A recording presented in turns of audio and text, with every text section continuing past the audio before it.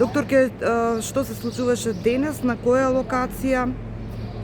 Денес здравствениот дом на негова иницијатива и на целокупниот персонал на нашата установа имавме превентивни здравствени прегледи во дворот на училиштето Панко Прашнаров, каде се вршеа прегледи на граѓаните од нашиот град, мерење на притисокот и мерење на шеќер во крвта. Каква е здравствената состојба на овие граѓани кои што денеска дојдоа овде и добија бесплатен преглед? Да, и на лабораторискиот дел и на прегледот? Па добија преглед и здравствени консултации, проверка на нивната терапија, совети наши. Тоа се обично постара популација на граѓани кои што редовно одат на здравствени прегледи кај своите матични лекари, не посетија денес и нас.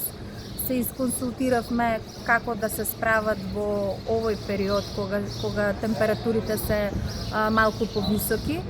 Им дадовме и совети и насоки околу тоа, да пијат редовно својата терапија и да ги избегнуваат движењата во потоплите часови, после 10 часот, некаде до 17 часот да седат во нивните домови.